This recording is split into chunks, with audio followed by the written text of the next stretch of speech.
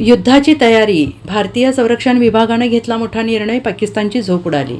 पहलगाममध्ये मोठा दहशतवादी हल्ला झाला. या हल्ल्यामध्ये 26 जणांना आपला जीव गमवावा लागला तर अनेक जण जखमी झाले आहेत.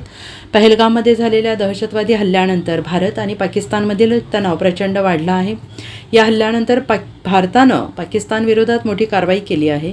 सिंधू नदी जलवाटप कराराला स्थगिती देण्यात आली असून अटारी बॉर्डर बंद करण्यात आली आहे. पाकिस्तानी नागरिकांचे व्हिसा रद्द करण्यात आलेले आहेत. त्यांना भारत सोडण्याचे आदेश देण्यात आले आहेत. एवढंच नाही तर आयात निर्यात देखील पूर्णपणे बंद करण्यात आलेली आहे. भारत आणि पाकिस्तानमध्ये तणावाचं वातावरण आहे. या दरम्यान भारतानं आता मोठा निर्णय घेतला आहे. भारतानं शॉर्ट रेंज डिफेन्स मिसाईल खरेदी करण्याचा निर्णय घेतला आहे. या निर्णयामुळे एअर डिफेन्स प्रणाली आणखी मजबूत होणार आहे. भारत 85 डिफेन्स मिसाईल, 48 लॉन्चर आणि 48 नाईट व्हिजन साईटची देखील खरेदी करणार आहे. भारतीय लष्कराने हवाई संरक्षणासाठी next generation air defence system खरेदी करण्याच्या प्रक्रियेला सुरुवात केली आहे आणि या अंतर्गत संरक्षण मंत्रालयाकडून 48 लॉन्चर्स, 48 नाईट व्हिजन साईट्स, 85 क्षेपणास्त्रे, एक क्षेपणास्त्र चाचणी केंद्र खरेदी करण्यासाठी RFP जारी करण्यात आलेला आहे.